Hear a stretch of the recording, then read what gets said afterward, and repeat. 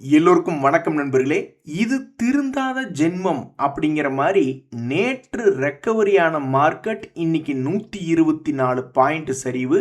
எல்லாமே வார் பதற்றம் அப்படின்ற ஒரு காரணத்தினால தான். இந்த சமயத்தில் புதுசாக ஷேர் மார்க்கெட்டுக்குள்ள கடந்த சில நாட்களாக லாபத்தில் இருந்திருப்பாங்க.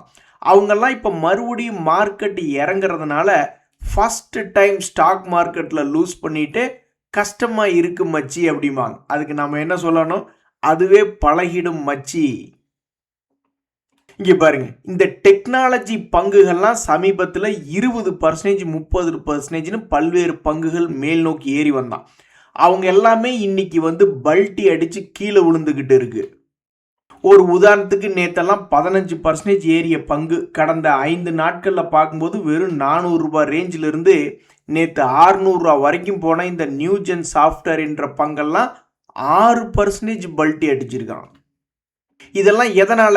டிசிஎஸ் ரிசல்ட் நல்லா இருக்கு அப்படின்னு சொல்லி அவனுடைய பெயரை சொல்லிட்டு இது போன்ற பங்குகள்லாம் 20% 30% ஏறிச்சு.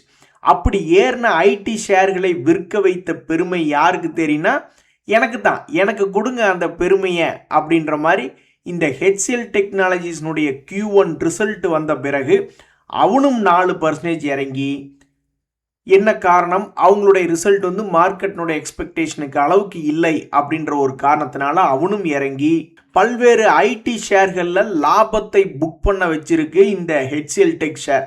ஓ, இதுக்கு பேர் தான் ப்ராஃபிட் புக்கிங்கா? வரட்டும் வரட்டும் அப்படின்ற மாதிரி ஏகப்பட்ட ஷேர்கள் இந்த மாதிரி இன்னைக்கு திடீர்னு ஐடி பங்குகளில் குப்புற விழுந்து விட்டன.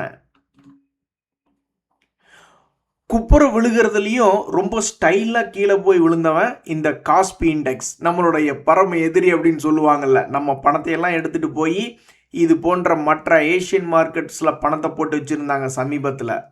அப்படி ஒரு இண்டெக்ஸ் தான் சவுத் கொரியாவினுடைய காஸ்பி இண்டெக்ஸ். கடந்த ஒரு மாதத்தில் இண்டெக்ஸே 20% காலி. இந்த 20% மட்டும் நம்மளுடைய மார்க்கெட்டில் இறங்குவதாக இருந்தால் நம்ம சமூகமே ஆடி போயிடும். நிஃப்டி ஆல்மோஸ்ட் 19,000 கீழே வந்துடும். காஸ்பியில் நடந்த மாதிரி நம்மளுடைய இந்திய மார்க்கெட்டில் நடந்ததுன்னா. எனிவே அந்த மார்க்கெட்டுகள்லாம் சம்பாரித்து கொடுத்துட்டு தான் ப்ராஃபிட் புக்கிங் ஆகி கிராஷ் என்பது ஆயிருக்கு. நண்பர்களே, இப்போ ஸ்டாக் மார்க்கெட்டில் நியூஸ் எது மேலே ரொம்ப பரபரப்பாக இருக்குன்னா இந்த எஸ்பிஐ ஃபண்ட்ஸ் மேனேஜ்மெண்ட் அப்படின்ற ஏஎம்சி மேலே தான் இருக்குது. இன்றைக்கி தான் இந்த ஐபிஓ என்பது ஓப்பன் ஆயிருக்கு. அது கூட இந்த ஆல்பைன் டெக்ஸ் வேர்ல்டு அப்படின்ற ஐபிஓவும் இருக்குது. இந்த ஐபிஓனுடைய விலையினுடைய பேண்ட் பார்த்தீங்கன்னா 105 ரூபா. இது மார்க்கெட்டில் என்ன ரேட்டுக்கு லிஸ்ட் ஆகும் அப்படின்ற எதிர்பார்ப்பு பார்த்தீங்கன்னா மேபி 110 ரூபா, ஒரு 5 ரூபா ஏறி லிஸ்ட் ஆகுமோ அப்படின்னு மார்க்கெட்டில் எதிர்பார்க்குறாங்க. ஆனால் அதுவே இந்த எஸ்பிஐ ஃபண்ட்ஸ் மேனேஜ்மெண்ட் ஐபிஓனுடைய விலை பார்த்தீங்கன்னா 574 ரூபாய். அது லிஸ்ட் ஆகி ட்ரேட் ஆகக்கூடிய விலை என்னவாக இருக்கும்னு பல பேர் எதிர்பார்க்கறது ஒரு 674 ரூபாய்க்கு லிஸ்ட் ஆகுமோ அப்படின்னு எதிர்பார்க்குறாங்க. ஸோ இப்போதைக்கு ஸ்டாக் மார்க்கெட்டில் இந்த எஸ்பிஐ ஃபண்ட் மேனேஜ்மெண்ட் ஐபிஓனுடைய நியூஸ் தான் பரபரப்பான ஒரு செய்தியாக இருக்கிறது. அது மட்டும் இல்லாமல் இன்னைக்கு வீக்லி எக்ஸ்பைரி, அதனால் இன்னைக்கு உண்மையிலேயே மார்க்கெட் 300-400 பாயிண்ட் உழுகணும்னு எழுதியிருந்தா கூட எவனோ இடையில தடுத்து நிறுத்தின மாதிரி மார்க்கெட் ஒரு சிறிய ஃபாலில் தான் இருக்குது. இவங்க வாரே ஆரம்பிக்காத போது திடீர்னு வார் பதற்றம்னு சொல்லி மேலே இருக்கிற மார்க்கெட்டை கீழே 800 பாயிண்ட் கீழே இறக்கி விடுவாங்க. இப்போ வார் ஃபுல் ஸ்பீடில் போய்கிட்டு இருக்கையில் இன்னைக்கு அப்படி 500-600 பாயிண்ட் இறக்கி விட்டா இந்த ஆப்ஷனில் இருக்கிறவங்கெல்லாம் பெருசாக சம்பாரிச்சிருவாங்களே, அது கூடாது அப்படின்னு சொல்லி இன்னைக்கு இறங்க வேண்டிய மார்க்கெட்டை பாதியிலேயே கட்டாய போட்டு நிறுத்தி வச்சிருக்கீங்க. சரி, வேறு என்ன மார்க்கெட்டில் செய்திகள் அப்படின்னு பார்த்தா, ஒவ்வொரு முறையும் நாங்கள் தான் எப்போவுமே நாங்கள் தான் கலெக்ஷன் கிங்கு அப்படின்ற மாதிரி ஃபார்மா கம்பெனிகள் தான் திடீர்னு வருஷத்துக்கு ஏதாவது ஒன்று உச்சத்துக்கு போய்கிட்டே இருக்கு. அப்படித்தான் இந்த பயோகான் அப்படின்ற பங்கு. இந்த பயோகான்லாம் சில காலங்களுக்கு முன்னாடி ரொம்ப சுவாரஸ்யமான நியூஸ் எல்லாம் வெளியிட்டவங்க தான். இந்த மாதிரி அமெரிக்காவில் ட்ரம்ப் அவர்கள் நீ வேணா எங்கள் நாட்டுக்கு பிளான்ட் போட்டுட்டீங்கன்னா உனக்கு வரி கிடையாது அப்படின்ற மாதிரிலாம் சொல்லி கொண்டிருந்த காலத்திலே பயோகான் வெளிநாடு அமெரிக்காலேயே ஒரு பிளான்ட் அக்வசிஷன் என்பது பண்ணியிருந்தாங்க. அது மாதிரி பல பரபரப்பான தகவல்கள்லாம் இந்த பயோகானில் இருந்துக்கிட்டே இருந்தது. இப்போ 2023 கணக்கு பார்த்தோம்னா 2020களில் இருந்த என்ன ஹையோ அந்த ஹையை வந்து இந்த பயோகான் என்பது திரும்பி பிடிச்சிருக்கு. ஸோ இது வந்து தன்னுடைய பழைய ஹையை திரும்பி பிடிச்சிருக்குன்னா அதுக்கு மிக முக்கியமாக லாபம் செய்யக்கூடிய ஷேராக இருந்து கொண்டு இருப்பது தான் இவனுடைய ஒரே தகுதி. ஏன் அப்படின்னா அது அதிகமாக கடன் வைத்திருக்கக்கூடிய ஒரு பங்கு. 15,000 கோடி என்பது அவங்களுக்கு கடனாக இருக்கிறது. அவங்க ஒரு வருஷத்துக்கு சம்பாதிக்கக்கூடிய 300 கோடி 1000 கோடி வச்சுக்கிட்டு ஒன்றும் போய் அந்த கடனை உடனே அடைச்சிட முடியாது. ஸோ கடன் இந்த கம்பெனியில் மிகவும் அதிகமாக இருக்கிறது. இருந்தாலும் இந்த பங்கு லாபம் செய்து கொண்டிருப்பதாலும் அது இருக்கக்கூடிய செக்டர் என்பது ஒரு ஃபார்மா செக்டர் என்பதாலும் அவன் அந்த பையன் 2-3 வருஷம் கழிச்சு தன்னுடைய பழைய உச்சியை வந்து தொட்டுட்டான். இங்க பாருங்க நண்பர்களே, இதனால எவ்வளவு சந்தோஷம் வருது பாருங்க. அதாவது இப்ப சில கமெண்ட்டுகளை பாருங்க. இங்க பாருங்க, ஒரு நண்பர் சொல்றார் 2 வருஷமா 98,000 ரூபாய் லாஸ்ட்ல இருந்தேன், இப்ப எடுத்து பார்த்தா 30,000 ரூபாய் ப்ராஃபிட்ல இருக்கேன், இதுக்கு காரணம் கல்யாண் ஜுவல்லரி அப்படின்ற ஒரு ஷேர் அப்படின்றாப்ல. எப்படி ஒரு சந்தோஷம் வருது பாத்தீங்களா? 2 வருஷத்துக்கு முன்னாடி 1 லட்சம் ரூபாய் லாஸ், இப்ப 30,000 ரூபாய் லாபம் என்பது ஏன் அவன் திரும்பி பழைய ஹைக்கே வரும் பொழுது அது போன்ற சம்பவங்கள் என்பது நடக்குது. நண்பர்களே, அதே நேரத்தில் இந்த எஸ்பிஐனுடைய ஏஎம்சி ஐபிஓ வரக்கூடிய இந்த நேரத்தில் ஐசிசி புரூடென்ஷியல் லைஃப் இன்சூரன்ஸ் அப்படின்ற பங்கு வந்து மிகவும் மோசமான ஒரு நிலையில ஆல்மோஸ்ட் 1 இயர் லோ பிரைஸ் அப்படின்ற இடத்துல போய் விழுந்து கிடக்கு. இதுவும் ஒரு ஃபேமஸான குவாலிட்டியான பங்கு தான் ஐசிசி புரூடென்ஷியல் லைஃப் இன்சூரன்ஸ் அப்படின்ற பங்கு. இருந்தாலும் என்ன செய்யறது, ஒரு வருஷத்தினுடைய லோ பிரைஸ் என்பதுல போய் விழுந்திருக்கு. ஸோ இனி இந்த லெவல்ல இருந்து இந்த பங்கினுடைய விலை பிக்கப் ஆகிறதா அல்லது பிரேக் டவுன் ஆகிறதா என்பது இந்த Q1 ரிசல்ட் சீசன்ல ஒரு பெரிய செய்தியாக உள்ளது. சரி, இது போக மார்க்கெட்ல என்ன செய்தி அப்படின்னு பார்த்துக்கிட்டு இருந்தீங்கன்னா, இந்த அக்மை சோலார் அப்படின்ற பங்கு இருக்கிற தடைகளை உடைத்து விட்டு உச்சத்துக்கு வந்திருக்கிறது. இப்ப இந்த அக்மை சோலார் அப்படின்ற பங்கை பார்க்கும் பொழுது ஒரு புதிய உச்சத்தை தாண்டி இன்னும் 500 600 700 அப்படிக்கு இது போவானா அப்படின்னு அந்த ஷேர் ஹோல்டர்ஸ் எல்லாம் எதிர்பார்த்துட்டு இருக்காங்க. இத்தனைக்குமே இந்த அக்மை சோலார் ஹோல்டிங்ஸ் வந்து பவர் ஜெனரேட் பண்ணும் பொழுது ரெனியூபிள் எனர்ஜி யூஸ் பண்ணி பவர் ஜெனரேட் பண்றாங்க. அதுல அவங்க செய்யக்கூடிய ஒரு வருஷத்தினுடைய லாபமே 498 கோடி அப்படின்ற மாதிரி தான் இருக்கு. ஆனா இந்த என்டிபிசி பவர் ஜெனரேஷன்ல ஒரு ஜாம்பவான் 27,000 கோடி போன வருஷத்தினுடைய லாபம். 27,000 கோடி எங்க, இந்த 498 கோடி எங்க? ஆனா இந்த நேரத்திலையும் என்டிபிசி அப்படின்ற பங்கு சமீபத்தில் பெரிய பிரேக் அவுட் ஆகி மேல் நோக்கி புதிய உச்சம் என்பது போல எல்லாம் இன்னும் வரல. புதிய உச்சம் எல்லாம் 2024லயே போயிட்டாங்க, இன்னும் புதிய உச்சம் வரல. ஆனா இந்த அக்மை சோலார் இருக்கிறதுலே புதிய உச்சத்துல வந்து ஆடிக்கிட்டு இருக்கான்.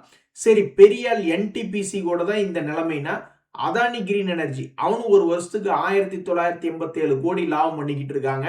ஸோ இந்த அதானி கிரீன் என்பது இப்ப ஒரு உச்சத்துக்கு வந்திருக்கலாம், ஆனா அவனுடைய பழைய உச்சம் என்பதெல்லாம் 3000க்கு பக்கத்துல இருக்கு. ஆக மொத்தம் இங்கேயும் இந்த அக்மை சோலார் அப்படின்ற பங்கு தான் பீட் பண்ணி இருக்கு. சரி, இப்ப நம்ம JSW எனர்ஜி அப்படின்ற ஒரு ஷேரோட நம்ம எடுத்து பார்த்தாலும் JSW எனர்ஜி இன்னும் புதிய உச்சம் என்பது வரல. அவனும் ஒரு வருஷத்துக்கு 2700 கோடி லாபம் பண்ணிக்கிட்டு இருக்கான். ஆனா இந்த அக்மை சோலார் 498 கோடி தான் லாபம் பண்ணிக்கிட்டு இருக்கு. சரி, NTPC கிரீன் எனர்ஜி அவங்களும் பவர் ஜெனரேட்டர் தான். அவங்க வந்து எவ்வளவு அப்படின்னு பார்த்தா அவங்களும் வாழ்நாள் உச்சம் என்பதெல்லாம் இன்னுமே வரல. NHPCயும் பவர் ஜெனரேஷன்ல தான் இருக்கு, அந்த பங்கினுடைய விலையுமே இன்னும் உச்சத்துக்கு வரல. அப்புறம் NLC இந்தியான்னு கூட நம்ம எடுத்து பார்ப்போம், அதுவுமே வந்து புதிய உச்சம் என்பது போல ஒரு முறை வந்திருக்கு. சமீபத்தில் புதிய உச்சத்துக்கு பக்கத்துல வந்துதான் ட்ரேட் ஆகிக்கிட்டு இருக்கு. ஸோ அக்மை சோலார் இந்த ஷேர் வச்சிருக்கிற உங்களுக்கு மட்டும் எப்படி ஒரு மச்சம் இருக்குது? எங்க இருக்கு உங்களுக்கு அந்த மச்சம்? அதுவும் மச்சம் ரொம்ப பெரிய சைஸ்ல இருக்குன்னு நாங்க நினைக்கிறோம். ஏன் அப்படின்னா இந்த அக்மை சோலார் மற்ற பவர் ஜெனரேஷன் கம்பெனியை விடவும் கம்மியான லாபம் செய்து கொண்டிருக்கக்கூடிய ஒரு பங்கு தான், ஒரு செக்டர் லீடர் என்பது கிடையாது. இருந்தாலும் உங்களுடைய மச்சத்தின் பவரா என்ன அப்படின்றது தெரியல. ஸோ இந்த அக்மை சோலார் ஷேர் வச்சிருக்கிறவங்க எல்லாம் பெருமையா சட்டக்காலரை தூக்கி விட்டுக்குவாங்க. ஏன்னா அது வந்து தற்போதைக்கு புதிய உச்சத்துல ஆடிக்கொண்டுள்ளது. நண்பர்களே, வேறு என்ன நியூஸ் இருக்குன்னா, இந்த ஃபினோபி அப்படின்ற ஷேர்ல ஃபினோ பேமெண்ட்ஸ் பேங்க்ல ஒரு நியூஸ் இருக்கு. ஷேர் மார்க்கெட்டே ஆடி போச்சு. எதுக்கே இப்போ உனக்கு இத்தனை பேர் வாங்கி வித்திருக்காங்க திடீர்னு? இதுக்கு முன்னாடி இந்த வருஷத்தில் இந்த பங்கு ரூ. 300 இருந்த பொழுதெல்லாம் பெருசா வால்யூம் என்பது இல்ல. சரி, கீழே ரூ. 100 சரிவடைஞ்சிட்டான். அப்ப ஏதோ ஒரு குரூப் வாங்கி வச்சிருக்குன்னு வச்சுங்க. ஆனா அந்த குரூப் வந்து பெரிய வால்யூம் வந்து 2025 வால்யூம் அளவுக்கெல்லாம் இல்ல. பட் இருந்தாலும் கீழே ரூ. 100 சரிவடைஞ்சோன்னே ஏதோ ஏகப்பட்ட டிரான்சாக்ஷன்ஸ் என்பது நடந்திருக்கு. ஆனால் கடந்த 2-3 நாட்களாக பார்க்கும் பொழுது விண்ணை முட்டும் அளவு வால்யூம் நடந்துள்ளதே ஏன்? சோ இந்த விண்ணை முட்டும் அளவு வால்யூம் நடந்ததுக்கு உண்டான காரணம், இந்த பங்கினுடைய விலையில் ஏதாவது ஒரு மாற்றம் வருமா? அல்லது இந்த Q1 ரிசல்ட் சீசன்ல இந்த ஃபினாபி அப்படின்ற பங்குல அதாவது இந்த பங்கினுடைய வரலாறு என்ன என்பது நம்ம தெரிஞ்சுக்கணும். இது ஒரு லாபம் செய்யக்கூடிய ஒரு பங்கு. ஆனால் 80% தன்னுடைய உச்சியிலிருந்து கீழே விழுந்த பங்கு. அது விழுந்து கிட்டத்தட்ட ஒரு 4 மாதங்கள் என்பது ஆகிவிட்டது. சோ 80% கீழே விழுந்த பின்பு 60% மறுபடியும் கீழிருந்து மேலே ஏறி இருக்கு. சோ இப்படி இருக்கக்கூடிய இந்த நிலைமையில இந்த ஃபினாபினுடைய Q1 ரிசல்ட் சீசன் வந்து எந்த அளவுக்கு லாபத்தை கொடுத்து 7 கோடி தாண்டி 10, 15, 20 அப்படி ஏதாவது கொடுக்குறாங்களா என்ன அப்படின்றது Q1 ரிசல்ட் சீசன்ல ரொம்பவுமே பார்வைக்கு இருக்கக்கூடிய பங்குகள்ல இந்த ஃபினாபி அப்படின்ற ஒரு பங்கு ஒன்னா இருக்கு. ஆக மொத்தம் 80% சரிவடைஞ்சு என்னைக்காவது ஒரு நாள் திரும்புவானோ அப்படின்னு அந்த பல ஷேர் ஹோல்டர்ஸ் காத்துக்கிட்டு இருக்காங்க. அப்படி இருக்கக்கூடிய ஷேர் ஹோல்டர்ஸ் அது லாபம் செய்யக்கூடிய பங்காக இருக்கும் பட்சத்தில் இது போன்ற ஒரு திருப்பு முனையை பார்க்கிறார்கள் என்பதுல சந்தேகமே இல்லை. ஸோ ஷேர் மார்க்கெட்ல ஒரு பங்கை எடுத்து அது 80% வீழ்ச்சி அடைஞ்சு ஒருவேளை அது லாபம் செய்யக்கூடிய பங்காக இருக்கும் பொழுதுதான் பல பேருக்கு கடைசி கட்ட நம்பிக்கையாக, சரி நீ இதுக்கு மேல நீ என்னையா பண்ண முடியும் அப்படின்ற அந்த கடைசி கட்ட நம்பிக்கை வந்து அதன் பின்பு ஏறிய பங்குகள் அப்படின்ற லிஸ்ட்ல இந்த ஃபினோ பேமெண்ட்ஸ் பேங்க் அப்படின்ற பங்கு ஒன்னா இருக்கு. நண்பர்களே, இந்த பஜாஜ் ஆட்டோ அப்படின்ற ஷேர் ஒரு சாதாரண ஷேர்ல ஒரு மிகப்பெரிய ஒரு ஷேர். இது போன்ற பெரிய ஷேர்கள் எப்ப தன்னுடைய பழைய ஹையை போய் தொட்டு பிடிக்கும் அப்படின்னு பல பேர் காத்துக்கிட்டு இருப்பாங்க. அதுக்கு தகுந்த மாதிரி டிவிஎஸ் மோட்டார் முதல் கொண்டு, அதானி பவர் முதல் கொண்டு, டாடா குரூப்ல பல்வேறு பங்குகள் கொண்டு திடீர்னு அப்பப்ப தன்னுடைய 2-3 வருஷ ஹையை போய் திரும்பி தொட்டு பார்க்கறத நம்ம பார்க்கிறோம். ஸோ அப்ப இந்த பஜாஜ் ஆட்டோ அப்படின்ற பங்கை எடுத்து வச்சு பல பேர் 2-3 வருஷமா இன்னும் அந்த சம்பவம் நடக்கலையே நம்ம பங்குல. இத்தனைக்கும் பஜாஜ் ஆட்டோ 2 வீலர் செக்டர்ல ஒரு ஒன் ஆஃப் த டாப் லீடரா தானே இருக்கான் அப்படின்னு பல பேர் காத்து கிடக்குறாங்க. அவங்களுக்கு என்னைக்கு ஒரு நல்ல செய்தி வரும்னு தெரியல. ஆக மொத்தம் இந்த Q1 ரிசல்ட் சீசன்ல பஜாஜ் ஆட்டோ அப்படின்ற பங்குமே ஒரு போக்கஸ்ல இருக்கக்கூடிய ஒரு பங்காக உள்ளது.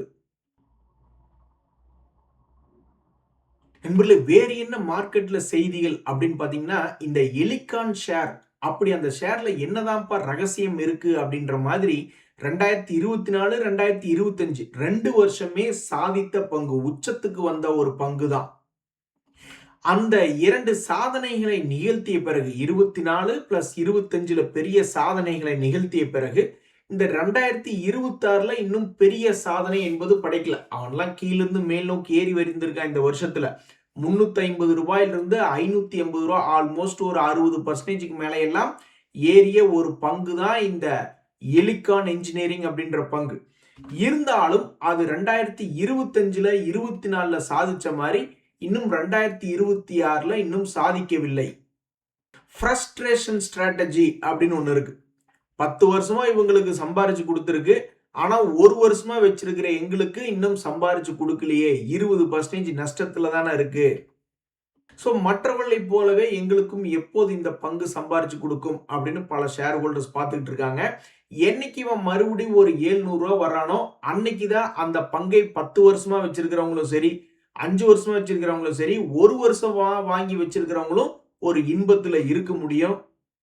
அதே மாதிரி நண்பர்களே, இந்த Q1 ரிசல்ட் சீசன்ல ரொம்ப வாலட்டிலிட்டியான பங்குகள் அப்படின்ற செய்திகள்ல இந்த காட்ஃப்ரே பிலிப்ஸ் அப்படின்ற ஒரு பங்கு இருக்கு. இந்த காட்ஃப்ரே பிலிப்ஸ் இந்தியா அப்படின்ற பங்குமே கடந்த 10 வருடமாக பார்க்கும் பொழுது தொடர்ந்து 10 வருஷமா சம்பாரிச்சு கொடுத்து கொண்டு இருக்கக்கூடிய பங்கு தான். ஆனா கடந்த 1 வருடமாக அது வந்து சம்பாரிச்சு கொடுக்கல. ஏன்னா அது சிகரெட் மேல போட்ட டாக்ஸ் தான் ரீசன். சரி, நீங்க டாக்ஸ் போடுங்க. ஆனா அதையும் தாண்டி எங்களுடைய சேல்ஸ்ல எந்த பாதிப்பும் இல்லை அப்படின்ற மாதிரியான ஒரு ரிசல்ட்டை இந்த காட்ஃப்ரே பிலிப்ஸ் கொடுக்குமா இல்லையா? தற்போதைக்கு 1 இயர் லோ பிரைஸ்ல இருக்கும் பொழுது Q1 ரிசல்ட்ல ஃபோக்கஸ்ல இருக்கக்கூடிய பங்குகள்ல இந்த காட்ஃப்ரே பிலிப்ஸ் அப்படின்ற ஒரு ஷேர் இருக்கு. இதுல ஏதாவது ஒரு பெரிய மூவ் தொடர்ந்து இறங்கு முகமாகவோ அல்லது தொடர்ந்து அப்படியே ரிவர்சல் போட்டு ஏறு முகமாகவோ ஏதாவது பெரிய மூவ்மெண்ட்டா ஏதாவது கொடுக்குமா அப்படின்ற மாதிரி தான் பல பேர் இந்த ஷேரை வச்சிருக்கிறவங்க பார்த்துக்கிட்டு இருக்காங்க. ஒருத்தருக்கு கல்யாணம் ஆயிடுச்சு, வீட்டுல ஒரே சண்டை. அதுக்காக நியூமராலஜி படி பேரை மாத்தி வச்சுக்கிட்டா மட்டும் எல்லாம் ரெடி ஆயிடுமா அப்படின்ற மாதிரி தெரியாது. யாருக்கு தெரியாது. ஒருவேளை பேரை மாத்தி வச்சுக்கிட்டா குடும்பத்துல பிரச்சனைகள் கூட கம்மியானாலும் ஆகலாம் இல்லையா? அந்த மாதிரி யாராவது பண்ணி பார்த்துருக்காங்களா இல்லையான்றது யாராவது பண்ணி பார்த்தவங்க தான் சொன்னாதான் தெரிய வரும் நம்மளுக்கு. ஸோ எது எப்படியோ இந்த ஸ்வான் எனர்ஜி அப்படின்ற பங்கு தன்னுடைய பெயரை ஸ்வான் கார்ப் அப்படின்னு சமீபத்தில் மாத்திருந்தாங்க. ஆனாலுமே இந்த பங்கை வைத்திருக்கக்கூடிய ஷேர் ஹோல்டர்ஸ்க்கு என்ன ஒரு நிலைமை அப்படின்னு பார்த்தீங்கன்னா, இன்றைய தேதியில் வரைக்கும் அது சரிவடைந்து கிடக்கக்கூடிய ஒரு பங்காக இருக்கு. இதுக்கு முன்னாடி 800 ரூபாய் வரைக்கும் சுத்தி கொண்டிருந்த பங்கு தற்போது 315 ரூபாய் என்ற நிலைமையிலே அது கீழே விழுந்து கிடக்கு. இந்த ஸ்வான்கார் பொறுத்த வரைக்கும் ஒரு சுவாரஸ்யமான தகவல் என்ன அப்படின்னு பார்த்துக்கிட்டு இருக்கீங்க அப்படின்னா, சமீபத்தில் 2 குவார்டர்கள்ல லாஸ் மேக்கிங் அப்படின்றது கொடுத்துட்டு அதுக்கப்புறம் மார்ச் குவார்டர்ல 251 கோடி லாபம் அப்படின்னு ரிப்போர்ட் கொடுத்திருந்தாங்க. ஸோ அப்போ வரக்கூடிய இந்த Q1 ரிசல்ட் சீசன்ல இந்த பங்கு என்ன செய்யும் அப்படின்றத பொறுத்து இருந்தா பார்க்கணும். அதே மாதிரி இந்த பங்கு வந்து கடந்த 10 வருடமாக சம்பாரிச்சு கொடுத்த பங்கு தான். இந்த ஒரு வருஷமாக தான் 28% கொலையா கொண்டிருக்காங்க மைனஸ்ல. ஸோ கடப்பாறை போல கீழே விழுந்து கிடக்கக்கூடிய இந்த ஸ்வான் கார்ப் ஒரு அன்னப்பறவை போல பறந்து மேலே வருமா இல்ல கும்பா குட்டியா என்பது பொறுத்திருந்து தான் பார்க்கணும். இன்னொரு முக்கியமான தகவல் நண்பர்களே, இந்த டோரண்ட் பவர் அப்படின்ற ஒரு பங்கு, அதாவது 200 டேஸ் மூவிங் ஆவரேஜ் அப்படின்ற இடத்துல வந்து ஒரு பங்கு நின்றுச்சுனாவே அது ஒரு இம்சையா தான் இருக்கும். ஏன்னா பழைய கையை திருப்பி பிடிப்பானா அல்லது பழைய லோவுக்கு கீது சரிந்து விடுவானா அப்படின்னு பார்க்கக்கூடிய ஒரு நேரமாக இருக்கும். ஸோ கரெக்டாக சென்டர் பாயிண்ட்ல இருக்கக்கூடிய இந்த டோரண்ட் பவர் வரக்கூடிய Q1 ரிசல்ட்ஸ்ல ஏதாவது ஒரு பெரிய அளவில் மாற்றத்தை கொண்டு வந்து பழைய ஹை போகுமா அல்லது பழைய லோ போகுமா என்ற சுவாரஸ்யமான லிஸ்ட்ல அதுவும் ஒன்னா இருக்கு. இறுதியாக இருக்கக்கூடிய ஒரு செய்தி என்னன்னா, டாடா இன்வெஸ்ட்மெண்ட் அப்படின்றது ஒரு காலத்துல ஒரு கார்பரேட் ஆக்ஷன் போனஸ்னு நினைக்கிறேன், அது கொடுக்குறேன்னு சொன்ன உடனே அந்த பங்கு வந்து அப்படியே தன்னுடைய பணத்தை டபுள் பண்ணி விட்டுருச்சு ஷேர் ஹோல்டர்ஸ்க்கு. அதுக்கப்புறம் என்னன்னு தெரியல, மிகப்பெரிய கடும் சரிவு, என் வேலை முடிஞ்சிருச்சு அப்படின்ற மாதிரி அந்த கார்பரேட் ஆக்ஷன் வந்து அந்த பங்கினுடைய வீழ்ச்சியை ஆரம்பிச்சு வைத்து விட்டது. அதுக்கப்புறம் பாத்தீங்கன்னா கரெக்டா 200 டேஸ் மூவிங் ஆவரேஜ்ல சுத்த ஆரம்பிச்சு 3 மாசம் ஆச்சு. பொதுவா இந்த மாதிரி ஒரே இடத்துக்குள்ள தான் சுத்தி கொண்டு இருக்கும் இந்த டாடா இன்வெஸ்ட்மெண்ட் கார்பரேஷன். திடீர்னு என்னைக்காவது ஒரு நாள் ரேஞ்ச் பிரேக் அவுட் ஆயிடுச்சுன்னா ஏதாவது ஒரு சைடு இழுத்துட்டு போயிடுவான். அப்ப இந்த டாடா இன்வெஸ்ட்மெண்ட் அப்படின்ற பங்கு கரெக்டா 200 டேஸ் மூவிங் ஆவரேஜ்ல ட்ரேட் ஆயிட்டு இருக்கும்போது பழைய லோ போற மாதிரி இருந்தாலும் கிட்டத்தட்ட 200 ரூபாய் கீழே உழுகணும். அல்லது இப்ப 2-3 மாசத்தினுடைய லோ அல்லது 2-3 மாசத்தினுடைய ஹை போனாவே மிகப்பெரிய ஒரு வாலட்டிலிட்டி என்பது இந்த டாடா இன்வெஸ்ட்மெண்ட் கார்பரேஷனுக்கு இருக்கு. அப்ப ஏன் இவன் அமைதியா 3 மாசமா உட்கார்ந்துட்டு இருக்கான்னு தெரியல. ஏதோ ஒரு சம்பவத்தை செய்யக்கூடிய விஷயம், அது இந்த Q1 ரிசல்ட் சீசன்ல நடக்குமா அப்படின்ற ஒரு எதிர்பார்ப்பு தான் பல பேர் எதிர்பார்த்துட்டு இருக்காங்க. ஆக மொத்தம் கண்டிப்பா 200 டேஸ் மூவிங் ஆவரேஜ் பக்கத்துல ஒரு ஷேர் வந்து விழுந்துட்டானாவே அது வந்து ஒரு இம்சையா தான் இருக்கும். அந்த இம்சையிலிருந்து வெளியே வர்றதுக்கு கொஞ்சம் காலம் ஆகும். HCL டெக் ரொம்ப நன்றி தலைவா, ரொம்ப நன்றி. இன்று பல்வேறு ஐடி ஷேர்கள் கும்பா குட்டிகளாக உள்ளது. அதுக்கு எல்லாமே என்ன காரணம் அப்படின்னு பார்த்தீங்கன்னா, ப்ராபப்ளி மெயின் முக்கியமான காரணம் ப்ராஃபிட் புக்கிங்காக தான் இருக்கும். ஏன்னா TCS பெரிய ஆள் கொடுத்த ரிசல்ட்டை வச்சுக்கிட்டு சின்ன ஆளுக 10-15% மேலே ஏறிட்டாங்க. இந்த HCL டெக் ஒரு பெரிய ஆள் தான், அவங்களுடைய ரிசல்ட்டை வச்சுக்கிட்டு எல்லாம் பல்ட்டி அடிக்கிறாங்க. அவ்வளவுதாங்க ஸ்டாக் மார்க்கெட்ன்ற மாதிரி ஆயிடுச்சு. இன்றைய தகவல் அனைத்து உங்களுக்கு உதவியாக எனக்கு மகிழ்ச்சியா. ரொம்ப நன்றி, வணக்கம்.